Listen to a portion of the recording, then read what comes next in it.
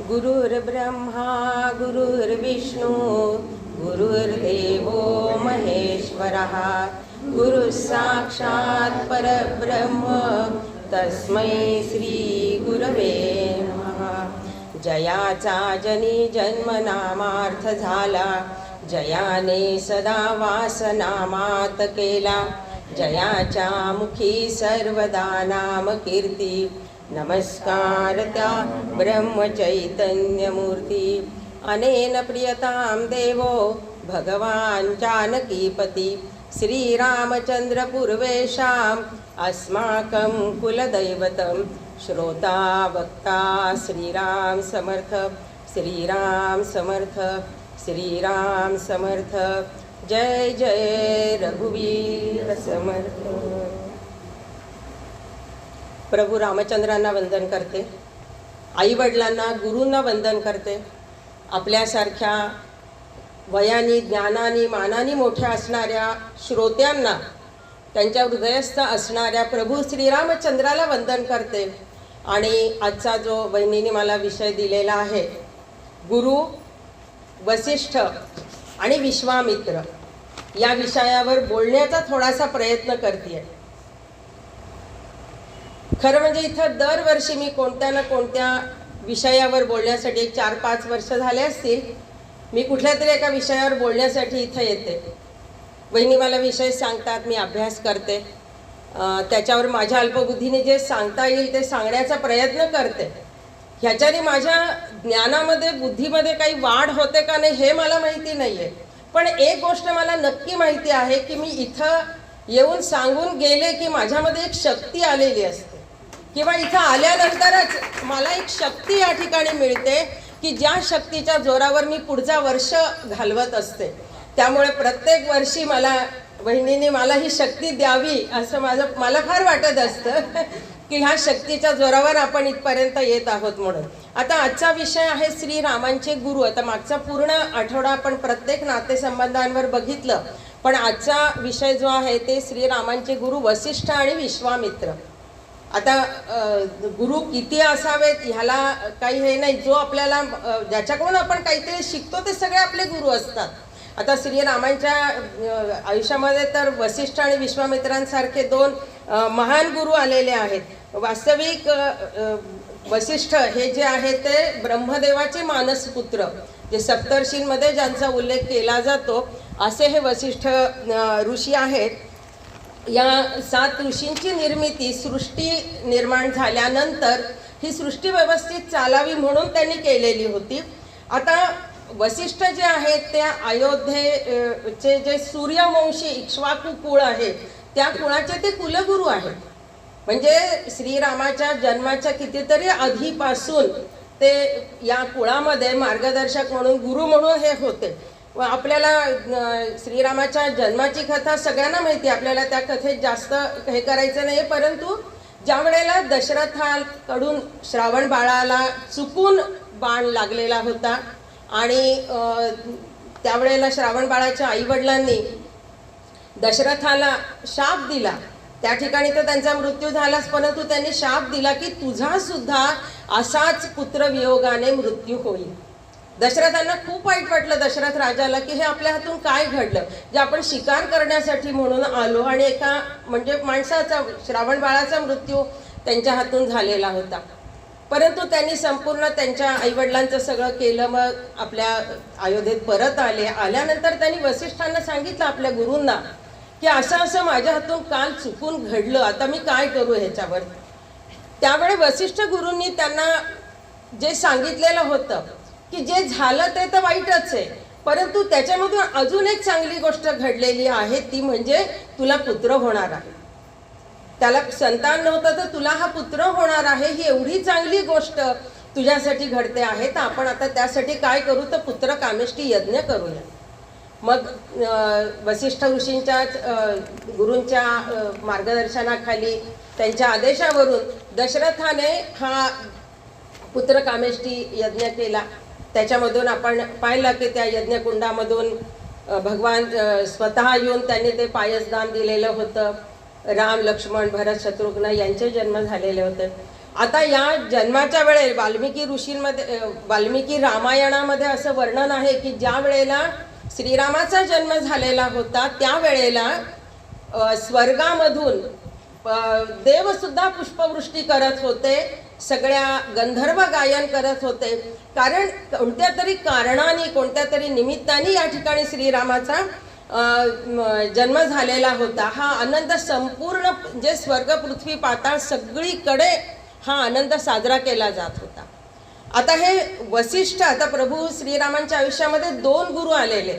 एक पहिल्यांदा सुरुवातीला आधीचं जे शिक्षण त्यांना दिलेलं आहे ते वसिष्ठ गुरूंनी दिलेलं आहे आणि नंतर विश्वामित्रांनी त्यांना शिक्षण दिलेलं आहे. त्यामुळे आपल्याला दोन्ही गुरूंच्या बाबतीमध्ये बघायचं आहे की त्यांनी गुरु म्हणून काय काय श्रीरामांच्या बाबतीमध्ये केलेलं आहे.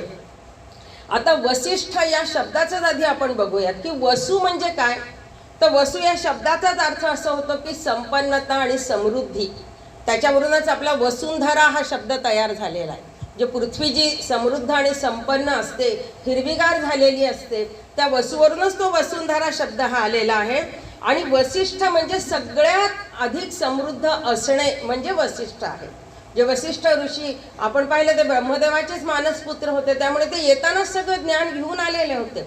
ते समृद्धच होते आणि सगळ्यात महत्त्वाचं म्हणजे त्यांच्याकडे अद्भुत सामर्थ्य असलेली कामधेनू होती. त्याचा उल्लेख आपल्याला पुढे येणारच आहे आणि त्यामुळे तर त्यांचं आयुष्य हे अतिशय समृद्ध झालेलं होतं. आता ऋग्वेदामध्ये तर असा उल्लेखही आहे की वसिष्ठांचा जन्म हा वसिष्ठ जरी त्यांचं नाव असलेलं तरी त्यांचं अजून एक नाव आहे की मित्र आणि वरुण या 2 देवतांपासून झालेला आहे, म्हणून त्यांना मैत्रावरुण असं सुद्धा म्हणतात. आणि वसिष्ठांच्या पत्नीचं नाव हे अरुंधती आहे.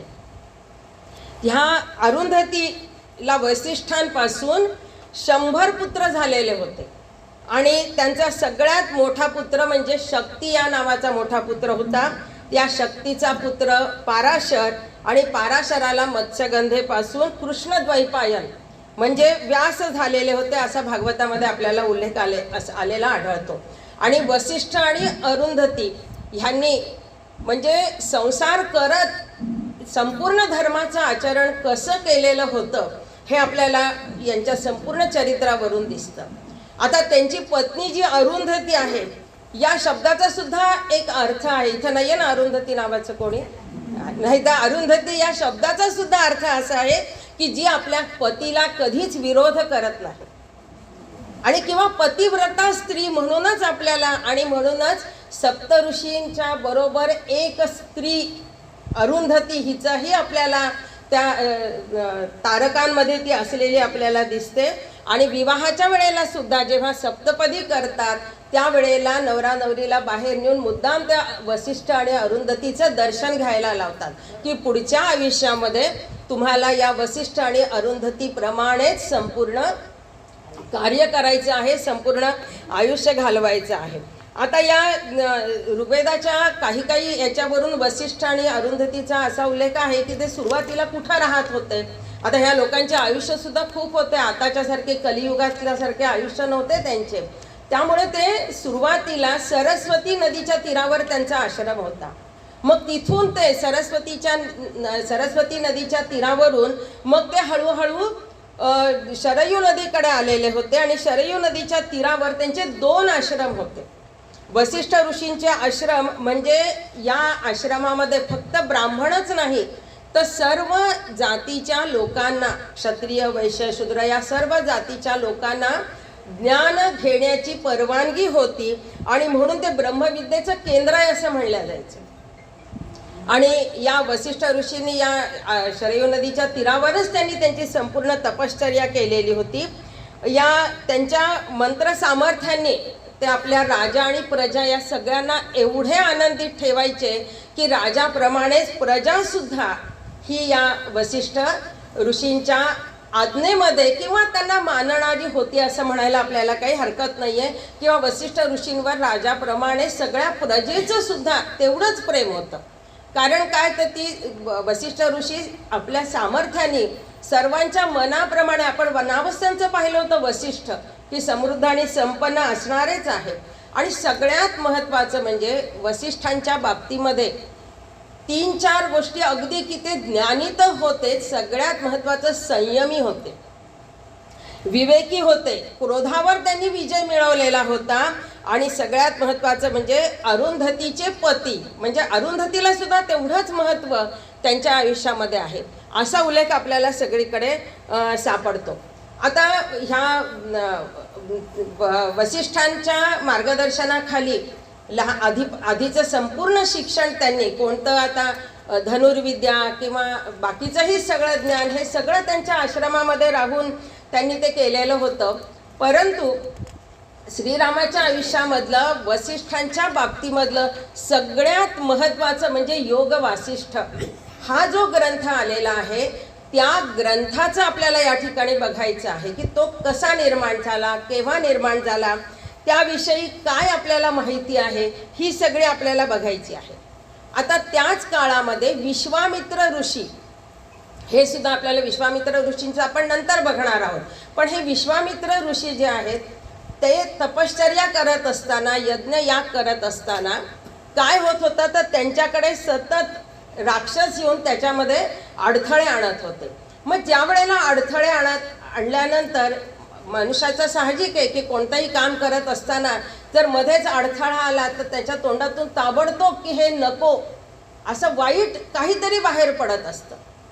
विश्वामित्र ऋषींनी क्रोधावर विजय मिळवलेला असून सुद्धा त्यांना मध्येच राग यायचा आणि मग ते काहीतरी बोलले समोरच्यांना की ती त्यांची जी तपश्चर्या होती ती कमी कमी व्हायला लागलेली होती आणि म्हणून त्या तपश्चर्येचं फळ आपल्याला मिळावं, ती कमी होऊ नये. आणि सगळ्यात महत्वाचं, त्या राक्षसांना मारण्याचं काम हे प्रभू श्रीरामचंद्राकडून व्हावं हे होतं. आणि म्हणून विश्वामित्र हे अयोध्येमध्ये आले आणि त्यांनी दशरथांना सांगितलं, दशरथ राजाला, की मला माझ्या यज्ञाच्या रक्षणासाठी तुझे 2 पुत्र पाहिजेत. आपल्या गदी माडगुळकरांच्या गीतरामायणामध्ये आहे, ज्येष्ठ तुझा पुत्र मला देई दशरथा वगैरे गाणे सगळे, की मला हे पुत्र तुझे पाहिजे आहेत. आणि त्या वेळेला प्रभू श्रीरामचंद्रांचं वय किती होतं? 16 वर्षाचं वय फक्त.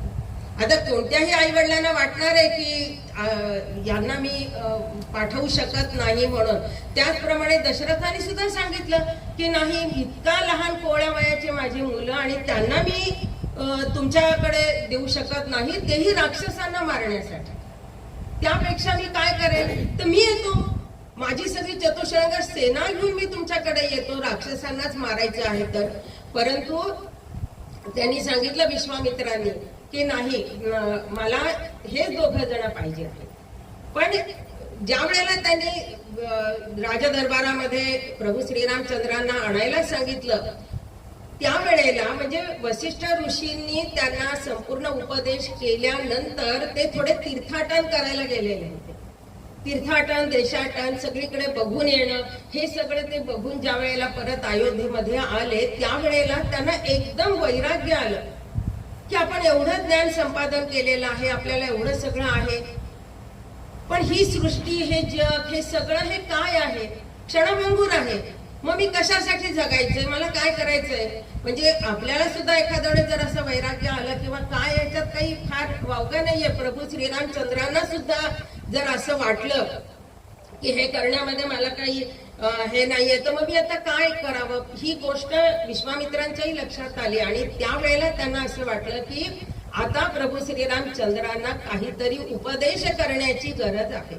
जे ज्ञान संपादन असून सुद्धा हा उपदेश करण्याची गरज आहे असं त्यांच्या लक्षात आलं. आणि विश्वामित्रांनी सांगितलं वसिष्ठ ऋषींना की तुम्ही या वैराग्यामधून, या औदासिन्यामधून प्रभू श्रीरामचंद्राला बाहेर काढा, तरच मी ह्या दोघांना, राक्षसांना मारण्यासाठी किंवा माझ्या यज्ञाचं रक्षण करण्यासाठी म्हणून मी घेऊन जाऊ शकतो. त्यांनी असं सांगितल्यानंतर वसिष्ठांनी रामाला केलेला जो उपदेश आहे तो उपदेश म्हणजे योग वासिष्ठ ग्रंथ, की ज्या योग वासिष्ठ ग्रंथाला 2-3 नावं आहेत त्या योग वासिष्ठाची. त्याला काही वेळेला उत्तर रामायण असंही म्हणतात किंवा मोक्षपाय संहिता असंही त्याला म्हणतात. आणि त्याची 6 प्रकरणं आहेत, जवळजवळ 458 सर्ग आहेत. 29,000 ते श्लोक आहेत. आणि सगळ्यात महत्वाचं म्हणजे हा योग वसिष्ठ जो ग्रंथ आहे, म्हणजे ज्याच्यामधून वसिष्ठांनी प्रभू श्रीरामचंद्राला उपदेश केलेला होता, त्यानंतरच ते आदर्श राजा, मर्यादा पुरुषोत्तम, एकवचनी, एक बाणी, हे सगळी विशेषण ती योग वसिष्ठाच्या नंतरच त्यांना लागू झालेली होती. आता ह्या योग वसिष्ठ हा जो ग्रंथ आहे, या ग्रंथामध्ये काय आहे, तो कशासाठी वाचायचा आहे? आता पूर्णतः आपल्याला एवढा मोठा योग वसिष्ठ एवढा एका तासामध्ये शक्य नाहीये, परंतु त्याच्यात नेमकं काय आहे आणि त्याच्यातल्या 1-2 कथा मी तुम्हाला सांगणार आहे. की या संसारामध्ये आपण आल्यानंतर कुठंतरी आपल्याला कर्म करताना अलिप्त होता आलं पाहिजे, हे त्याच्यामधून त्यांनी सांगितलेलं आहे. सुखी कोण आहे, तर ज्याचे मन आतून आनंदी आहे तो सुखी आहे. बाहेरच्या जगावर माझा आनंद अवलंबून नाही, तर माझा आनंद हा माझ्याच जवळ आहे, समोरच्याकडे हा आनंद नाही, हेही त्याच्यामध्ये त्यांनी सांगितलेलं आहे. आणि शरीर नष्ट झालं तर आत्मा मरत नाही, जे भगवद्गीतेमध्ये सांगितले तेच तिथेही त्यांनी सांगितलं की आत्मा हा अमर आहे. जग हे खोटं आहे, जग हे मिथ्या आहे. एखादं मोठं स्वप्न असावं जागृत अवस्थेमधलं, म्हणजे आपलं आयुष्य आहे, हे सगळं त्यांनी सांगितलं. त्याच्यानंतर सोनं आणि अलंकाराचं उदाहरण देऊन त्यांनी सांगितलं की सोनं एकच, परंतु त्याचे वेगवेगळे अलंकार आहेत. आपल्याला अलंकाराचं माहितीच आहे सगळ्यांना की किती अलंकार घडवू शकतो, परंतु कशाचे, ते सोन्याचेच आहेत. तसंच हे संपूर्ण जग, सृष्टी, पशु पक्षी, मनुष्य, हे सगळे वेगवेगळे अलंकार आहेत, परंतु आत्मा मात्र एकच आहे, हे त्यांनी त्याच्यामधनं सांगितलं. जीवन मुक्तीचे लक्षण त्यांनी सांगितले की जीवनात राहूनच जर आपल्याला मुक्त व्हायचं असेल तर त्यासाठी आपल्याला मृत्यूची प्रतीक्षा करण्याची गरज नाही, आपण इथंच राहून मोक्ष मिळवू शकतो. कारण माणूस काय सारखा सुखाच्या मागे धावतो की जे सुख कायमचं नाहीये, त्याला ते कधीच मिळू शकत नाही. एक सुख मिळालं की दुसरं सुख मिळावं असं वाटायला लागतं. हे संपूर्ण त्यांनी कथांच्या माध्यमातून सांगितलं. आता ह्याच्यातल्या ज्या कथा आहेत, वसिष्ठ आणि श्रीरामामधला संवाद, आता आपण भगवद्गीतेमधलं सुद्धा जे बघतो, त्या ठिकाणी कोणी कोणाला उपदेश केलेला होता, तर भगवंतानी अर्जुनाला उपदेश केलेला होता. पण इथं मात्र भगवंताला गुरु उपदेश करायला लागलेले आहे. वास्तविक प्रभू श्रीरामचंद्र तर काय केवढे ज्ञानी, परंतु मनुष्य रूपामध्ये आलेले ते, त्यामुळे त्यांनी संपूर्ण वसिष्ठांचं सांगितलेला उपदेश हा त्यांनी संपूर्ण ग्रहण केलेला होता. आता या योग वसिष्ठामधल्या ज्या कथा आहेत, किंवा आपण भागवतामधल्या सुद्धा कथा बघतो बघा, ह्या पौराणिक कथा ज्या आहेत, त्या कथांमधून कथा अशा त्या एकमेकांमध्ये अडकलेल्या. त्यामुळे काही वेळेला असं वाटतं की ती कथा तिथं काय झालेलं होतं, मग आता या ठिकाणी हे वेगळंच सांगायला लागलेले. त्या एकमेकांशी संबंधित असतात, परंतु त्या सलग वाचल्या तर कळतात, परंतु त्या लवकर समजत नाहीत, म्हणून त्या सोडून द्यायच्या नाहीये. तर ही कथा कोणी सांगितलेली आहे? सगळ्यात मूळ हे वाल्मिकींनी सांगितलेलं आहे. कोणासाठी सांगितली? माझ्यासाठी सांगितली आहे. प्रभू श्रीरामचंद्र हे निमित्त आहेत, परंतु माझ्यासाठी सांगितली आहे. हा जर आपण विचार केला तर हा वसिष्ठ ऋषींचा उपदेश आहे, तो माझ्यासाठी आहे. आणि मी राम आहे, सगळ्यात महत्वाचं मी ऐकतो आहे म्हणजे मी राम आहे, असं जर या भावनेने जर आपण या कथा ऐकल्या तर या कथा आपल्याला खूप चांगल्या समजतात. आता त्याच्यामधले आपण 2 कथा बघूया की त्या कथांमधून आपल्याला काय समजून घ्यायचं आहे. अशा खूप कथा त्याच्यामध्ये आहेत. त्याच्यामधली आज आता मी एक सांगणार आहे कथा, म्हणजे ती कोणती, अरिष्ट नेमी राजाची. की अरिष्ट नेमी राजा जो होता, तपश्चर्या, पूर्वीच्या सगळ्या राजा लोकांचं राज्य आपलं धर्माने झालं की त्यानंतर तपश्चर्या करायची. त्याची तपश्चर्या पूर्ण झाली. तपश्चर्या पूर्ण झाल्यानंतर इंद्राला असं वाटलं की आता ह्याची तपश्चर्या पूर्ण झालेली आहे, तर आपण ह्याला स्वर्गामध्ये न्यायला काही हरकत नाहीये. म्हणून त्यांनी काय केलं, इंद्राने आपल्या सेवकाला पाठवलं त्याच्याकडे आणि त्याला सांगितलं की तुझी तपश्चर्या पूर्ण झालेली आहे आणि इंद्राने तुला बोलवलेलं आहे आणि आता तू स्वर्गामध्ये येऊ शकतोस. वास्तविक स्वर्ग म्हणजे काय आपल्याला माहितीच आहे. स्वर्ग म्हणजे आनंदी आनंदच आहे. एखादा जर असला असता तर अरे वा बोलवलं का मला, चला मी निघालो आता म्हणून निघाला असता. परंतु नाही, हा कोण आहे, अरिष्टनेमी राजा आहे, इक्ष्वाकू कुळामधलाच आहे. आणि मग त्यांनी विचारलं की ठीक आहे मी येतो स्वर्गामध्ये. काय आहे स्वर्गामध्ये सांगितलं त्या इंद्राच्या सेवकाने. सगळीकडे सुख सुख आहे, आनंदी आनंद आहे, कल्पवृक्ष आहे, तिथं कामधेनू आहे, सगळं जे म्हणेल ते तुला मिळेल. पण तो म्हणाला ठीक आहे येतो, परंतु याच्यामध्ये मला अजून एक सांग की प्रत्येक गोष्टीमध्ये जी चांगली गोष्ट असते त्याच्याच बरोबर वाईट गोष्ट सुद्धा असते. त्या स्वर्गामध्ये वाईट काय आहे.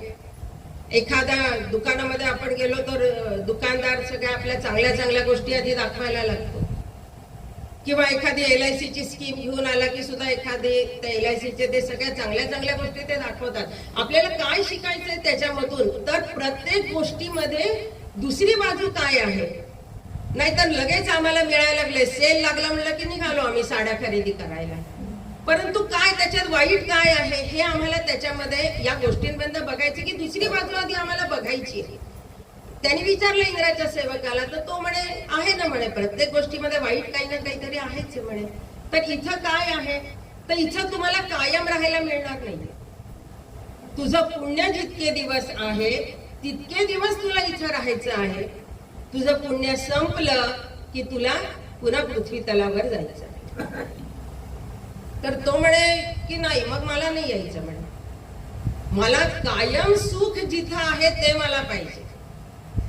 आपल्याला सुद्धा ज्या कायम गोष्टी आहेत त्या आम्हाला पाहिजेत असं जर आपण म्हटलं तरच आपण ह्या अरिष्टनेमीच्या राजाचं काहीतरी आपण त्याच्याकडून शिकलो आहोत असं आपल्याला सांगता येईल. मग त्यावेळेला त्याने सेवकाने सांगितलं की तुमचा पुण्याचा साठा संपला की यावं लागेल वगैरे तुम्हाला. तर मग त्यांनी त्या अजून एक त्याच्यात सांगितलं की तिथं अजून एक चुकीची गोष्ट आहे की पुण्य संपलं की तर तुम्हाला यावंच लागेल, परंतु स्वर्गामध्ये स्तर असतात सांगितलंय त्यांनी की प्रत्येक तुमचं पुण्य कसं असेल त्या स्तरावर तुम्ही राहता. मग त्या ठिकाणी आपण राहिल्यानंतर जर आपल्या वर कोणी असेल तर तिथं लगेच की हा माझ्यापेक्षा वर आहे, आणि खाली कोणी जर असेल तर तो माझ्यापेक्षा खाली आहे, म्हणजे गर्व आणि असूया ही त्या ठिकाणी राहून वाढायला लागते. मग तो म्हणे की मला हेही नको आहे, तर मला फक्त कायम सुख ज्या ठिकाणी आहे तेच मला पाहिजे आहे आणि त्यासाठीच मी तपश्चर्या करणार आहे. आणि त्यांनी पुन्हा तपश्चर्याला सुरुवात केली आणि ही तपश्चर्या त्यांनी केली. आणि त्यानंतर कायमचा आनंद मिळावा म्हणून, खरे ज्ञान मिळावं म्हणून त्यांनी तपश्चर्याला सुरुवात केली. आता ह्या योग वसिष्ठाची सुरुवात सुद्धा खरं ज्ञान काय आहे हे रामाला पडलेला प्रश्न होता त्याच्यासाठीच सुरुवात झालेली होती. कारण रामाने तेच विचारलं होतं की मी या ठिकाणी जन्माला का आलो आहे किंवा हे काय आहे, हे सगळं जग खोटं आहे असं मला वाटतं. मी ज्ञान घेऊन बाहेर पडलो, परंतु बाहेर गेल्यानंतर मला हे सगळं जग मिथ्या वाटायला लागलं आणि म्हणून मला खरं ज्ञान मला पाहिजे आहे. तर मला या ठिकाणी ती सुरुवात होती योग वसिष्ठाची. आणि म्हणून यांनी सुद्धा विचारल्यानंतर ह्या इच्छा पूर्ण करण्यासाठी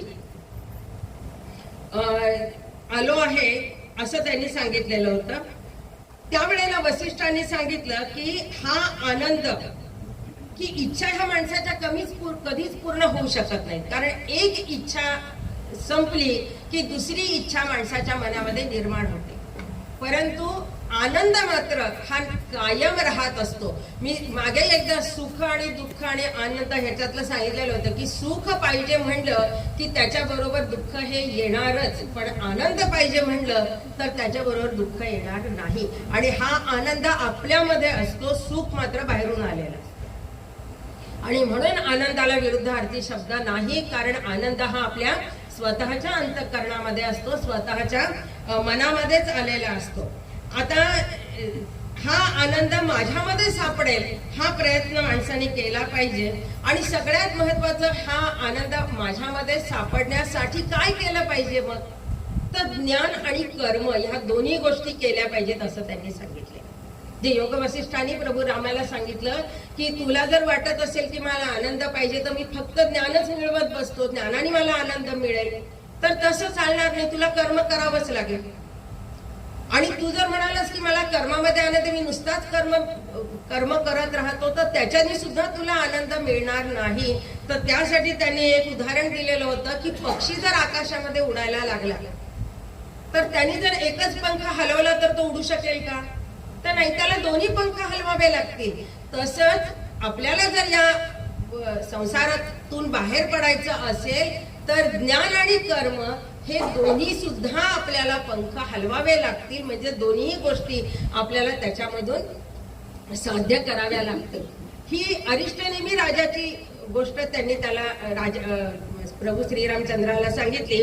त्यानंतर त्यांनी शुकमुनींची गोष्ट सांगितली. ही शुकमुनींची गोष्ट तर जे विद्यार्थी दशेमध्ये आहेत, जे लहान आहेत, त्यांच्यासाठी खूप उपयोगाची गोष्ट आहे ती की शुकमुनींची गोष्ट आपल्याला माहिती आहे भागवतामधली की ते आईच्या पोटातनं बाहेरच आले नाही, की मला या खोट्या जगामध्ये बाहेर यायचं नाही. ते सगळं ज्ञान घेऊनच ते बाहेर आले.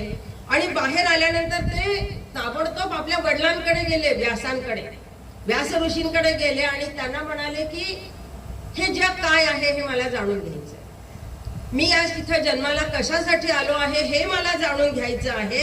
तर हे अनेक प्रश्न त्यांनी शुकमुनींनी यांना व्यास ऋषींना विचारले, आपल्या पित्यांना विचारले. व्यासमुनी तर काय महाभारत एवढं मोठं लिहिणारे, त्यांनी सगळ्या प्रश्नांची उत्तरं दिली, परंतु तरीही शुकमुनींचं समाधान झालं नाही. त्यांना वाटायला लागलं की नाही, हे ज्ञान पूर्ण नाही, मला अजून काहीतरी ज्ञान पाहिजे, मला अजून काहीतरी ज्ञान पाहिजे. हे ते सांगत असताना मग शेवटी व्यास ऋषी म्हणाले की तुला जर एवढं ज्ञान पाहिजे असेल तर तू आता जनक राजाकडे जा. माझ्याजवळचं ज्ञान देणं संपलं, आता माझ्याजवळ नाहीये, तू जनक राजाकडे जा. मग त्या जनक राजाकडे ते ज्या वेळेला शुकमुनी आले त्यावेळेला त्यांनी दारामध्ये जाऊन सांगितलं की आधी तर पहिल्यांदा दरवाजाच बंद होता जनक राजाच्या याचा, त्या ठिकाणी ते 7 दिवस उभे राहिले. म्हणजे तपश्चर्या करावी तर ती कशी करावी किंवा ज्ञान संपादन कसं करावं. मग त्या ठिकाणी ते 7 दिवस उभे राहिले. मग 7 दिवसानंतर सेवक आले आणि सेवकाने विचारलं कोण आहे तुम्ही. त्यांनी सांगितलं मी असं असं आहे, मला भेटायचं आहे, ज्ञान प्राप्त करायचं आहे. मग त्यांनी आतमधल्या खोलीमध्ये नेलं, त्यांची जी दालनं असतील त्या दालनामध्ये, आणि आतमध्ये नेऊनही पुन्हा सांगितलं की तुम्हाला इथे उभं राहायला सांगितलं. एखादा असला असतं तर किती वेळ नको, ज्ञान नको, काही नको. आपण कोचिंग क्लासेस मध्ये सुद्धा बघतो की 10च्या ऐवजी 9 मार्क मिळाले, 8 मार्क मिळाले की हा क्लास नको, आता दुसरा क्लास पाहिजे. परंतु तिथं मात्र त्यांनी तेवढ्या वेळ उभं राहून वाट बघितली की जनक राजा केव्हा बाहेर येईल आणि मला काय ज्ञान सांगणार. त्यानंतर 7 दिवसानंतर जनक राजा बाहेर आला आणि तो म्हणे की काय पाहिजे. तर त्यांनी तेच सगळे प्रश्न विचारले जे रामाला पडले होते, जे त्यांनी व्यासांना विचारलेले होते, तेच प्रश्न त्यांनी जनक राजाला विचारले. जनक राजा म्हणे हो ठीक आहे, मी या सगळ्या प्रश्नांची उत्तरं तुला देतो, पण त्यासाठी तुला एक गोष्ट करावी लागेल की ही माझी जी मिथिला नगरी आहे, या मिथिला नगरीमध्ये पूर्ण एक दिवसभर चक्कर मारायची, पण त्यावेळेला हातामध्ये तेलाचं भांड धरायचं आणि त्या तेलाच्या भांड्यामधला एकही थेंब हा खाली सांडायला नको. तू पूर्ण मिथिला नगरी फिरून ये, मी रात्री आल्यानंतर तुला पूर्ण उपदेश करतो. शुकमुनी होते ते, त्यांना तर काय उपदेश पाहिजेच होता आणि म्हणून मग ते तेलाचं भांड घेऊन निघाले. आणि शुकासारिखे पूर्ण वैराग्य, ज्याचे आपण पाहतो वैरागी पुरुष, केवढी मिथिला नगरी सगळ्या सौंदर्यानी सगळ्यांनी नटलेली, पण कुठंही त्यांचं लक्ष गेलं नाही. संपूर्ण तेलाचं भांड तसं घेऊन ते त्या जनक राजाकडे परत आले. म्हणजे त्यांची परीक्षा पूर्ण झाली. त्या ठिकाणी जर तेल सांडलं असतं तर जनक राजांनी ज्ञान दिलं नसतं. आज आपण मुलांना अभ्यास करायला बसवतो तेव्हा त्यांच्या हातामधली पुस्तकं म्हणजे हे तेलाचे भांडेच आहेत. मोबाईल वाजला, आई काय म्हणतेय, स्वयंपाकघरातनं कशाचा वास यायला लागलेला आहे, मित्र खेळायला आलेले आहेत, ही सगळी जी अवधानं आहेत, म्हणजे या गोष्टीमधून आपल्याला जे शिकवायचं आहे की यांच्यासारखं तुमचं एकाग्र मन झालं पाहिजे, तरच तुम्ही त्या ठिकाणी ज्ञान संपादन करू शकता. मग पुढे जनक राजाने त्याला ज्ञान दिलं, एकाग्रता कशी असावी वगैरे हे सगळं या गोष्टीवरून त्यांनी वसिष्ठ ऋषींनी प्रभू श्रीरामांना सांगितलं. आणि प्रयत्न करत असताना कसे प्रयत्न केले पाहिजेत हे सांगत असताना योग वसिष्ठामध्ये त्यांनी विश्वामित्रासारखे प्रयत्न करावेत असं सांगितलं. आणि मोक्षाचे 4 द्वारपाल आहेत असं त्यांनी म्हटलेलं होतं. हे 4 द्वारपाल कोण आहेत तर शम, संतोष, विचार आणि साधू संगती. हे 4 द्वारपाल आहेत म्हणून सांगितलं. तुम्ही जर या 4 द्वारामधून आतमध्ये गेला तर तुम्हाला मोक्ष मिळेल. आता याच्यामध्ये शम, संतोष आणि विचार ह्या गोष्टी जरा अवघड आहेत. विचार कोणते मनात येतील माहिती नाही.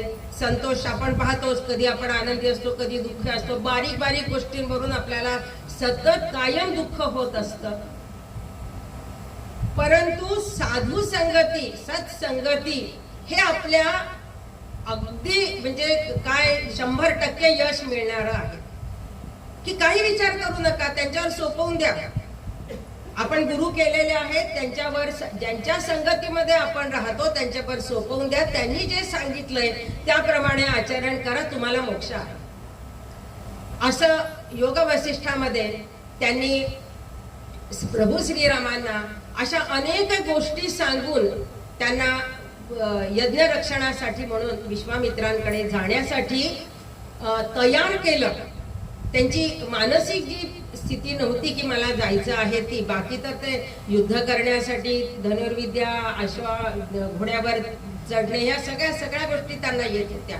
परंतु मानसिक तयारी त्यांची यज्ञ रक्षणासाठी जाण्याची किंवा त्या राक्षसांना मारण्याची किंवा युद्ध कसं करावं अनुभवामधनच ते शिकावं लागतं. नुसतं असं इकडून शत्रू आला की इकडून मार असं हे नाहीये. तर ते सुद्धा अनुभव सगळे हे विश्वामित्रांनी प्रभू श्रीरामचंद्रांना दिलेले होते. आता ह्या प्रभू श्रीरामचंद्रांच्या आयुष्यामधलं वसिष्ठ मुनींचं महात्म्य जेवढं आहे तेवढंच महात्म्य हे विश्वामित्र ऋषींचं सुद्धा आहे. आता ह्या विश्वामित्र ऋषींचं आपल्याला चरित्र बघत असताना त्यांच्या सुरुवातीपासूनच आपल्याला बघायचंय की ते राजा असून, क्षत्रिय असून ते ब्रह्मर्षी कसे बनले हे त्यांचा सगळ्यात. कारण त्यांनी वसिष्ठ ऋषींनी सुद्धा सांगितलं की प्रयत्न करावेत तर कोणासारखे, विश्वामित्रांसारखे प्रयत्न करावेत सांगितलेलं आहे. तर ते काय प्रयत्न केले होते त्यांनी, विश्वामित्र ऋषींनी काय प्रयत्न केलेले होते. आपल्याला विश्वामित्र ऋषींच्या बाबतीमध्ये फक्त कामधेनू गाईच्या बाबतीमध्ये त्यांचे वसिष्ठांबरोबर झालेले भांडणं, परंतु ते भांडण का झालेलं होतं आणि मुख्य ब्रह्मर्षी पदापर्यंत पोहोचण्यासाठी त्यांनी काय काय तपश्चर्या केलेली होती हे आपण आता बघूया. की हे जे प्रभू श्रीरामाचे जे गुरु आहेत विश्वामित्र, की ज्यांनी ह्या रामाला आणि लक्ष्मणाला ही विद्या दिलेली होती, ते मूळ कोण होते, ते कन्याकुब्ज चे गाधी राजाचे पुत्र होते, कौशिक नावाचे. विश्वामित्र हे नंतर त्यांना मिळालेलं नाव आहे. त्यांचं मूळ नाव काय आहे, कौशिक हे त्यांचं नाव होतं. आणि क्षत्रिय असल्यामुळे काय, राज्यकारभार अतिशय उत्कृष्टपणे, कुशल राजा, धर्माने, न्यायपूर्वक. पूर्वीचे राजे सगळे असेच होते, आपल्याला अधर्मी राजे सापडणारच नाही. सगळे धर्माने राज्य करणारे असे होते.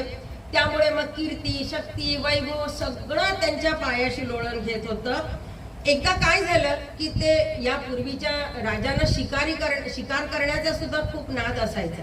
तर ते शिकार करण्यासाठी म्हणून एकदा बाहेर पडले. ते आपलं सगळं सैन्य घेऊन ते बाहेर पडलेले होते. हे सैन्य घेऊन शिकार करायला बाहेर पडल्यानंतर चालत जाता जाता जाता बरोबर सगळं त्यांचे घोडे, हत्ती सगळं बरोबर असायचं. ते घेऊन ते बाहेर पडल्यानंतर त्यांना रस्त्यामध्ये वसिष्ठ ऋषींचा आश्रम लागला.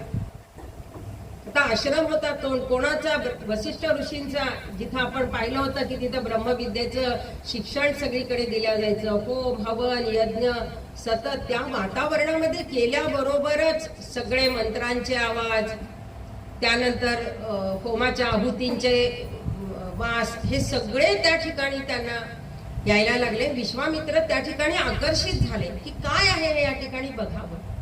म्हणून ते त्या आश्रमामध्ये गेल्यानंतर वसिष्ठ ऋषी होते, त्यांनी स्वागत केलं.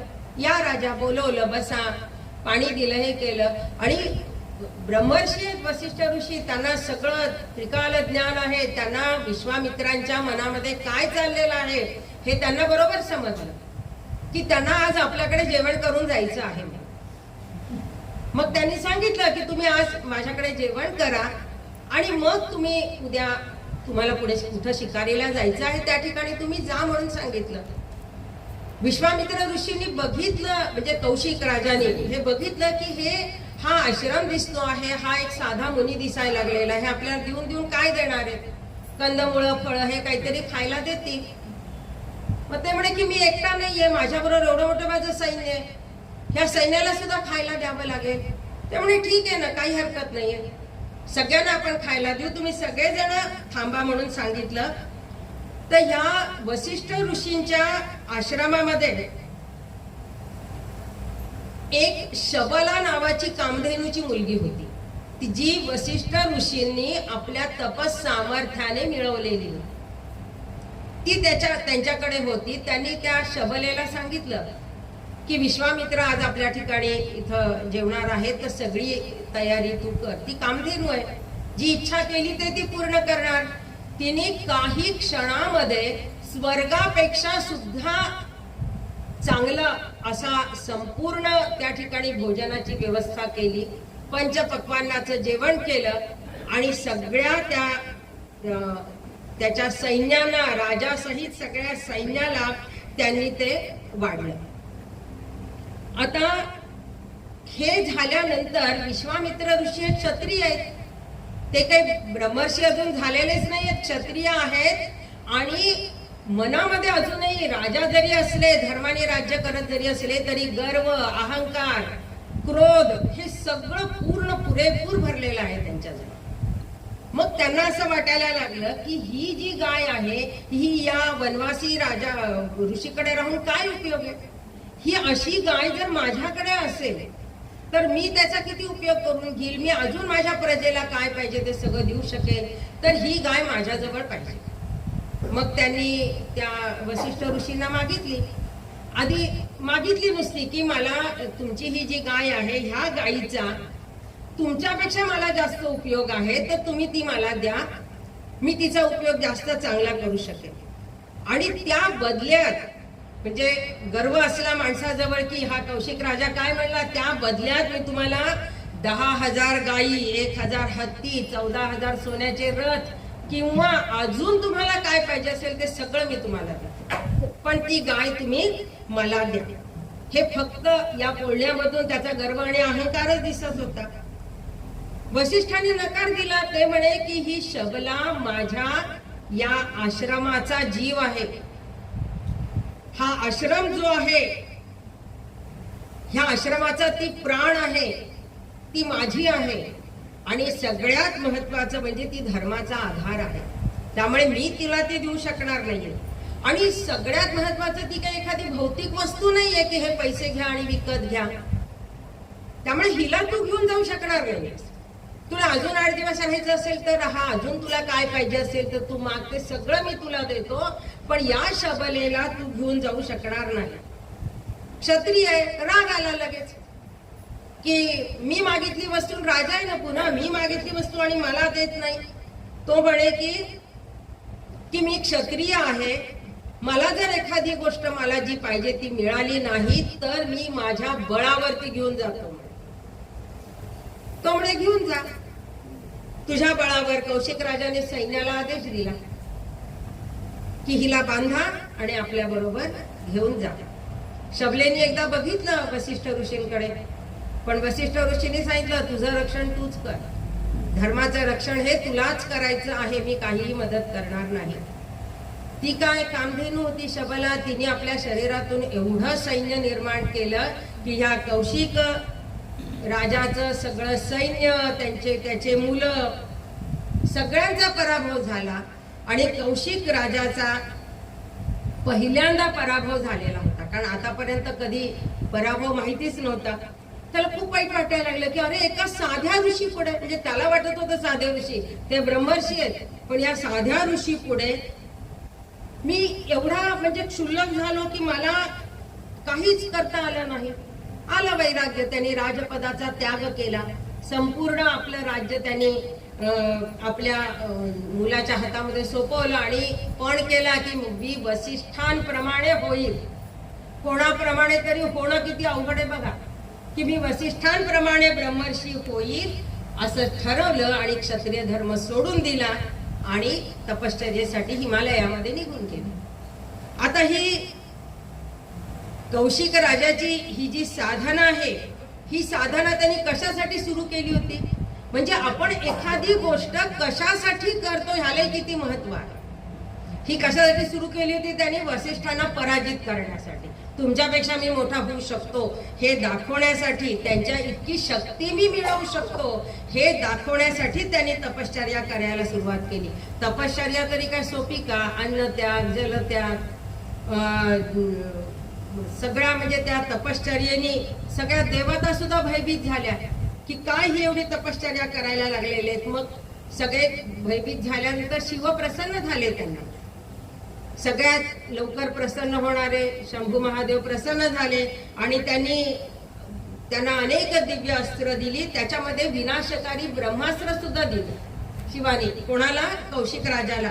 आणि त्यामुळे मग त्याचा काय, या विश्वामित्राचा अहंकार अजून वाढला की अरे त्या वसिष्ठांकडे काहीच नाहीये, माझ्याकडे आता काय आलेलं आहे तर हे एवढं मोठं ब्रह्मास्त्र माझ्याकडे आलेलं आहे. या ब्रह्मास्त्राने तर मी वसिष्ठांचं ब्रह्मतेज हे जिंकू शकेल आणि ती शबला माझ्याकडे मी घेऊन जाऊ शकेल असं त्यांना वाटलं आणि त्यांनी पुन्हा एकदा वसिष्ठांवर आक्रमण केलं.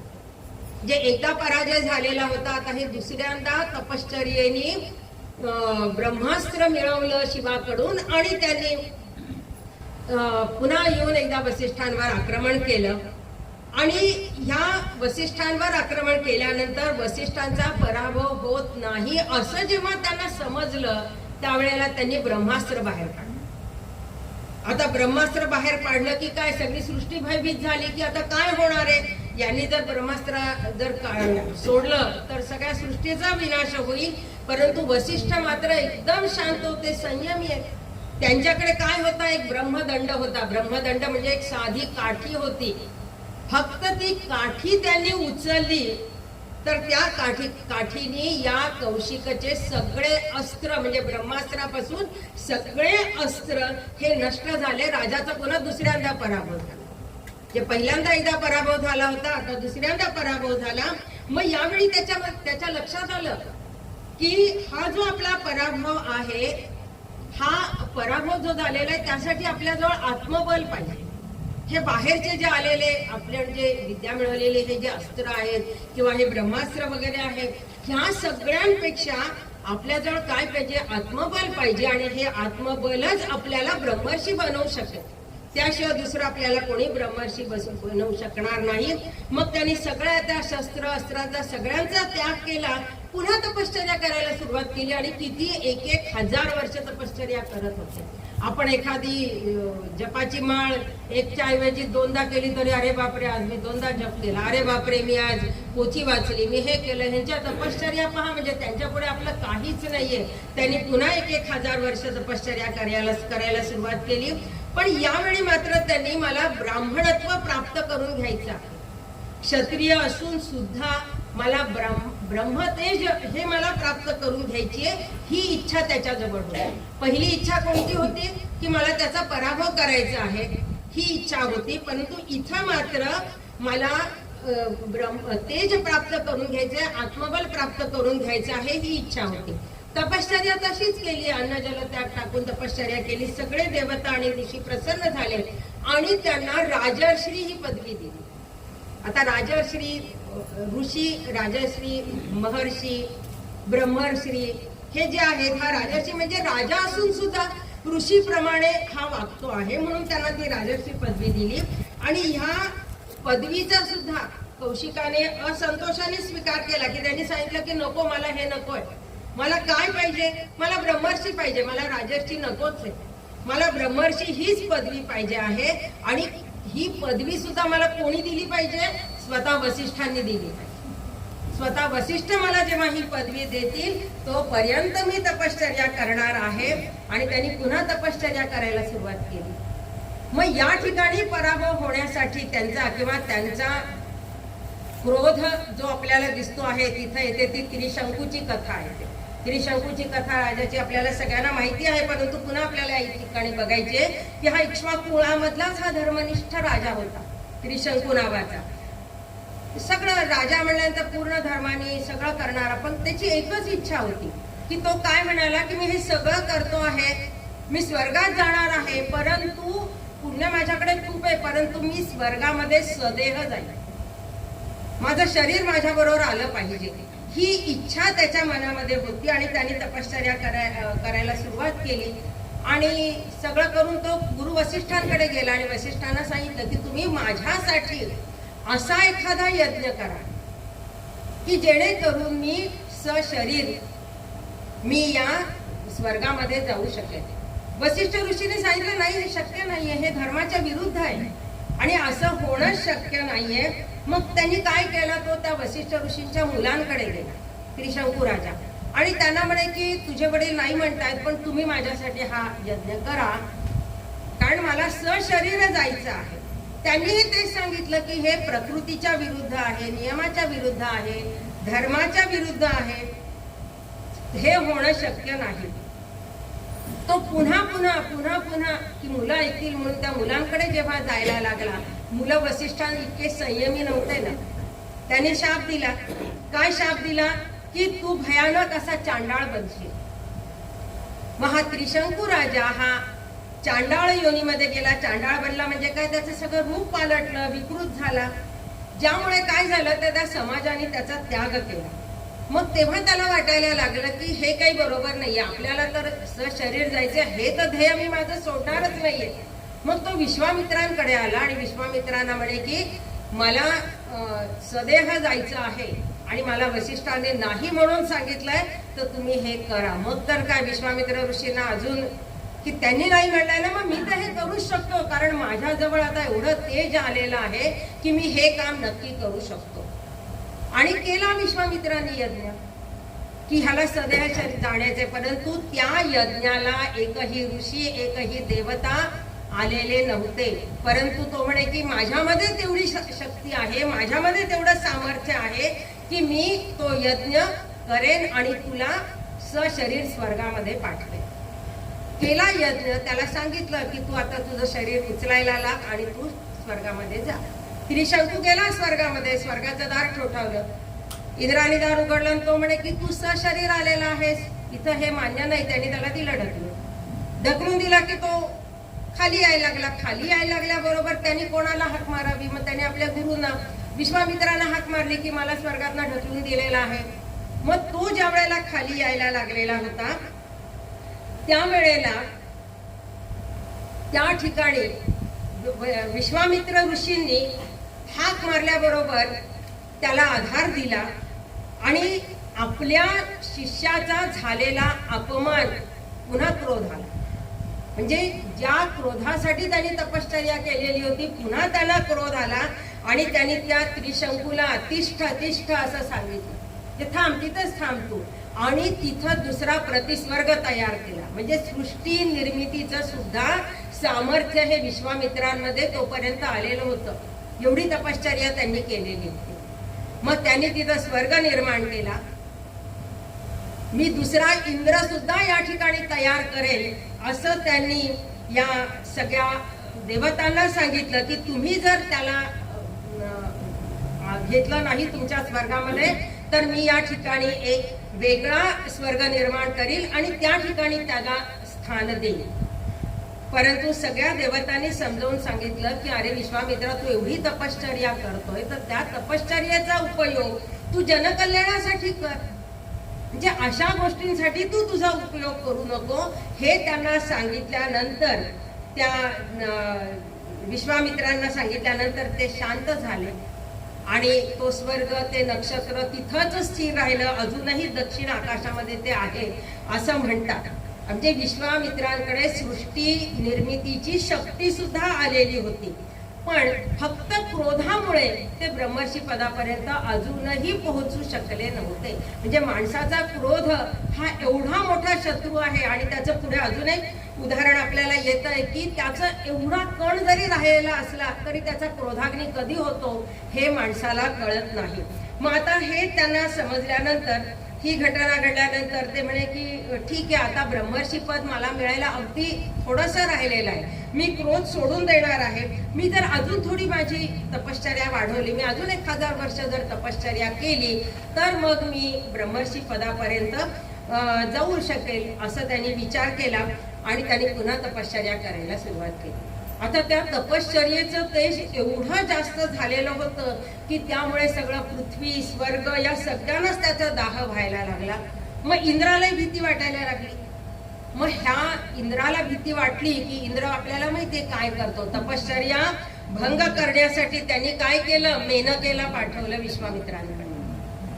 ही मेनका त्या ठिकाणी आल्यानंतर तपश्चर्या करत बसलेले होते, परंतु ह्या मेनकेने जे नृत्य केलं, तिचं जे सौंदर्य होतं, आता ती मेनकाच होती, त्याच्यामुळे ह्या विश्वामित्रांनी 1000 वर्षापासून आपल्या इंद्रियांवर ठेवलेला ताबा, क्रोधांवर ठेवलेलं नियंत्रण हे सगळं पराजित झालं. आणि त्यांनी त्या मेनकेचा पत्नी म्हणून स्वीकार केला. म्हणजे पुन्हा आले पहिल्या पदावर. आणि 10 वर्ष त्यांनी दोघांनी गृहस्थाश्रम हा स्वीकारला. त्या 10 वर्षामध्ये त्यांना एक मुलगी झाली, जिचा त्यांनी लगेचच त्याग केला. आणि कण्व मुनींनी तिचा सांभाळ केलेला होता, जिचं नाव शकुंतला, जी दुष्यंताची पत्नी झालेली होती वगैरे, ती कथा आपल्याला माहिती आहे. परंतु या 10 वर्षानंतर मग त्यांना पुन्हा आठवण आली की अरे, आपण तपश्चर्या कशासाठी करत होतो, ब्रह्मर्षी पदासाठी करत होतो, आणि पुन्हा आपण आता तेच केलेलं आहे. मग ही त्यांना आठवण आल्यानंतर त्यांनी, आणि मग त्यांच्या लक्षात आलं की ही गोष्ट कोणी घडवून आणलेली आहे, ही इंद्राने घडवून आणलेली आहे, हे त्यांच्या लक्षात आलं. परंतु या स्टेजला आल्यानंतर, या स्थितीला आल्यानंतर त्यांना हे लक्षात आलेलं होतं की आपल्या तोंडामधून वाईट कोणतंही गोष्ट बाहेर काढायची नाही, म्हणजे शाप द्यायचा नाही. कारण क्रोध आला की शाप बाहेर पडतो किंवा वाईट तोंडामधून बाहेर पडल्या जातं. म्हणून मग त्यांनी काय केलं, मेनकेला फक्त सांगितलं की तू तुझ्या घरी निघून जा, मला आता ह्याच्या पुढे तुझ्या बरोबर संसार करायचा नाहीये. ही मेनका सुद्धा ताबडतोब निघून जायला सांगितल्यानंतर ती निघून गेली. पुन्हा त्यांना पश्चाताप झाला आणि त्यांच्या लक्षात आलं की आपण अजूनही क्रोधावर नियंत्रण मिळवलेलं नाही, इंद्रियांवरही मिळवलेलं नाहीये, क्रोधांवर सुद्धा मिळवलेलं नाहीये. मग त्यांनी पुन्हा तपश्चर्येला सुरुवात केली. म्हणजे प्रयत्न असावेत ते विश्वामित्रांसारखे असावेत, हे का म्हटलेलं होतं वसिष्ठ ऋषीने रामाला सांगताना, तर त्याचं हे उदाहरण आहे की त्यांनी पुन्हा प्रयत्न, जाऊ दे आता नाही मिळालं तर चालेल असं नाही, त्यांनी सुरुवात केली पुन्हा तपश्चर्या करायला. मग पुन्हा मौन, अन्नत्याग. मौन हे तर खूप म्हणजे तपश्चर्येमधलं, कारण मौन धरलं की तोंडात बाहेर काही निघतच नाही, त्याच्यामुळे अन्नत्याग करणे आणि मौन करणे हे त्यांनी 1000 वर्षापर्यंत केलं. आणि त्यावेळेस त्यांनी लक्षात ठेवलं की माझा कितीही अपमान झाला, काहीही होऊ दे, मी क्रोध येऊ देणार नाही, हे त्यांनी लक्षात ठेवलं. आणि मग त्यांच्यामध्ये एवढं आत्मतेज निर्माण झालेलं होतं की हे तेज पुन्हा तिन्ही लोकांमध्ये पसरलं. पण आता इंद्राला तर काय तपश्चर्या भंग करायचाच होता, त्यामुळे पहिल्यांदा त्यांनी मेनकेला पाठवलेलं होतं, आता यावेळेस त्यांनी रंभेला पाठवलं की जा आणि हिचा तू यांचा तपश्चर्या भंग कर म्हणून. परंतु विश्वामित्रांनी आपले डोळे सुद्धा उघडले नाहीत आणि फक्त त्यांनी क्रोधामुळे, आता क्रोध हा होताच बारीक, अजून सुद्धा ह्याच्यावर जरी नियंत्रण असलं इंद्रियांवर तरी सुद्धा क्रोध हा अगदी बारीक राहिलेलाच होता. तरी सुद्धा त्यांनी तिला सांगितलं की तू काय होशील तर तू दगडाची मूर्ती होशील, असा त्यांनी शाप दिला की पुन्हा त्यांची तपश्चर्या थोडीशी कमी झाली. मग त्यांना कळलं की अरे अजून क्रोध आहेच आपल्या जवळ, हा सुद्धा आपल्या जवळ नको. मग पुन्हा त्यांनी 1000 वर्ष तपश्चर्या केली.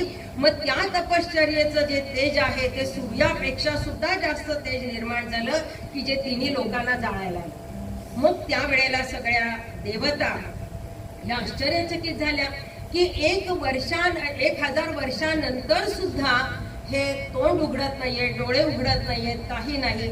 मग त्यावेळेस इंद्र स्वतःच आला त्यांची तपश्चर्या भंग करण्यासाठी म्हणून. आणि त्यांनी काय केलं, जेव्हा 1000 वर्षानंतर तपश्चर्या आपली पूर्ण होत आली आहे म्हणल्यानंतर ज्या वेळेला डोळे आणि तोंड विश्वामित्रांनी उघडलेलं होतं, त्यावेळेला इंद्राने ब्राह्मणाचा वेश घेतला आणि ब्राह्मण रूप धारण करून तो त्या ठिकाणी आला आणि जेवणाची मागणी केली.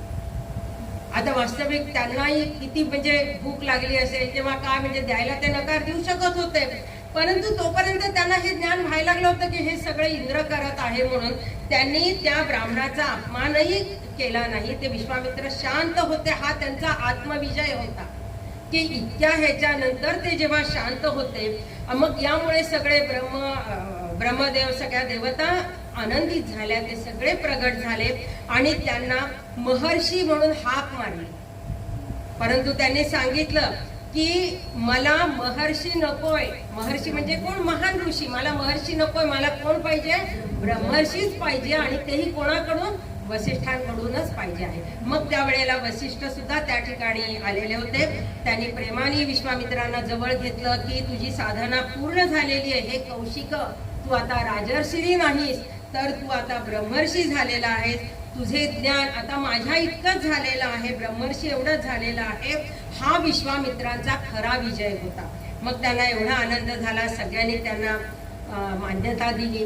म्हणजे क्षत्रिय असून सुद्धा त्यांनी हे सिद्ध केलं होतं की आपल्या इच्छाशक्तीच्या जोरावर आपण आपलं भाग्य बदलू शकतो. जे तपश्चर्या करून आपण आपलं भाग्य, आपण खूपदा म्हणतो माझ्या नशिबातच नव्हतं ते म्हणून मला ते नाही मिळालं, परंतु आपलं भाग्य आपण आपल्या तपश्चर्येने म्हणजेच प्रयत्नाने बदलू शकतो. मग ह्या ब्रह्मर्षी पदानंतर मग विश्वामित्रांनी आपली सगळी तपश्चर्या ही फक्त जनकल्याणासाठी वापरली. आधीचं जे आपण बघितलं होतं की त्या वसिष्ठांना हरवण्यासाठी या कारणांसाठी म्हणून ते यावेळेला त्यांनी नाही, त्यांनी संपूर्ण तपश्चर्या ही कोणासाठी वापरली? तर जनकल्याणासाठी वापरली. आणि मग त्यांनी राम आणि लक्ष्मण यांना ज्ञान दिलेलं होतं. ही त्यांच्या आयुष्यामधली सगळ्यात महत्वाची घटना होती की ही तपश्चर्या देवत्वाच्या सुरक्षितेसाठी सुद्धा उपयोगी पडणार होती.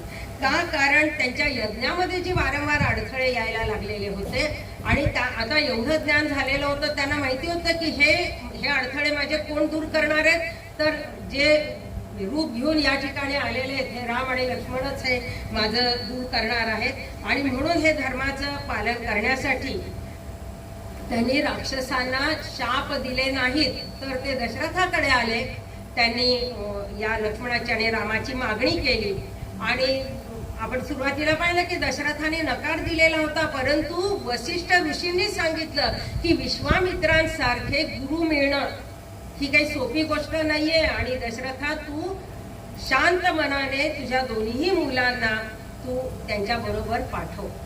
16 वर्षाचे असताना राम आणि लक्ष्मण विश्वामित्रांबरोबर गेले. दशरथांना अवघड होतं हे खरं म्हणजे पाठवणं, परंतु दशरथाने वसिष्ठांच्या सांगण्यावरून पाठवलं. आणि कारण त्यांना माहिती होतं की हा जो राक्षसांचा जो मृत्यू आहे तो राम आणि लक्ष्मणाकडूनच होणार आहे. विश्वामित्रांनी त्यांना आपल्या बरोबर घेऊन गेल्यानंतर ते पूर्ण मार्गदर्शक, संरक्षक, पिता, गुरु हे सगळे तेच होते. त्यानंतर मग त्यांनी राम आणि लक्ष्मणाला विविध अस्त्रांचं ज्ञान दिलं, विविध शस्त्रांचं ज्ञान दिलं. बला अतिबला या 2 गोपनीय शक्तिशाली विद्या त्यांना शिकवल्या की ज्या रावणाच्या युद्धामध्ये त्यांना उपयोगी पडणार होत्या. ह्या विद्या म्हणजे कोणत्या होत्या? तर तहान, भूक, तहान याचा विसर म्हणजे त्यांचा वापर केल्यानंतर पडतो. तर ह्या सगळ्या त्यांनी दिल्या. सगळ्यात मोठं योगदान विश्वामित्रांचं हे इथं होतं. आणि मुख्य म्हणजे विश्वामित्रांनी त्यांना युद्ध करण्यासाठी मार्गदर्शन केलेलं होतं. जे वसिष्ठांनी जे फक्त पुस्तकी ज्ञान दिलेलं होतं आणि विश्वामित्रांनी मात्र हे प्रॅक्टिकली ज्ञान द्यायला सुरुवात केलेलं होतं. ते करत असताना त्यांनी राम आणि लक्ष्मणांना सांगितलं होतं, कारण एकदा ती कोण ताडका नावाची स्त्री आलेली होती, स्त्रीला मारू नये हे शिकवलेलं होतं, परंतु इथं संकोच न करता ती राक्षसी आहे, तिला मारायचं हे सगळं दिलं होतं. मारीची, सुपाहू यांना मारण्यासाठी सगळे ज्ञान त्यांनी दिलं, सगळी अण्वस्त्र शिकवली. त्याच्या साह्याने रामाने आणि लक्ष्मणाने विश्वामित्रांचे संपूर्ण यज्ञ व्यवस्थित पार पडू दिले. राक्षसांचा ते नायनाट करत होते. आणि मग त्यानंतर विश्वामित्र त्यांना घेऊन मिथिलेमध्ये गेले. ज्या ठिकाणी जनक राजा होता त्या ठिकाणी सीतेचं स्वयंवर होतं आणि जिथे पिनाक नावाचं शिवानी दिलेलं जे धनुष्य बाण होतं त्या धनुष्य बाण उचलून त्या ठिकाणी भाग घेण्याचं प्रोत्साहन किंवा ते सुद्धा मार्गदर्शन विश्वामित्रांनीच त्यांना दिलेलं होतं. आता ह्या जे ती प्रेरणा ते धनुष्य तू मोड, मग ह्या सगळ्या पुढच्या सगळ्या गोष्टी, ते सीतेशी विवाह झाला वगैरे हे सगळं आहे. ह्या सगळ्या जरी पौराणिक कथा असल्या तरी या कथांमधून आपल्याला एकच शिकायचं आहे की माणसाजवळ एवढी शक्ती आहे, आपण आपल्यामध्ये तो बदल घडवून आणू शकतो. फक्त आपण आपल्याजवळ असलेला गर्व, अहंकार आणि क्रोध ह्या 3 गोष्टींमुळे आपण ह्या गोष्टी करू शकत नाहीत. शत्रू हा बाहेर नसतो तर तो आपल्यामध्येच असतो. तो जर बाहेर काढला तर आपला आध्यात्मिक आत्मविजय हा निश्चित होऊ शकतो. हे संपूर्ण ज्ञान विश्वामित्रांनी राम आणि लक्ष्मणाला दिलेलं होतं. विश्वामित्र आणि वसिष्ठ यांच्या सांगितलेल्या या संपूर्ण चरित्रावरून आपण त्यांच्यातला एखादा तरी गुण आत्मसात करण्याचा प्रयत्न करूयात. शेवटी एक श्लोक म्हणून मी आजचं माझं संपवते आहे. होते पुण्य कुठे तरी कधीतरी केले तुम्हा अर्पण, त्याचे हे फळ लाभले नरतनू आलो पुन्हा जन्मून. हाही जन्म असा पवित्र चरणी भावा सुखे अर्पण, सत्कार्ये घडवी सदा मम करी माझे तुम्हा वंदन. प्रभू रामरायाला आणि आपल्यासारख्या श्रोत्यांना वंदन करते आणि माझे 2 शब्द संपवते.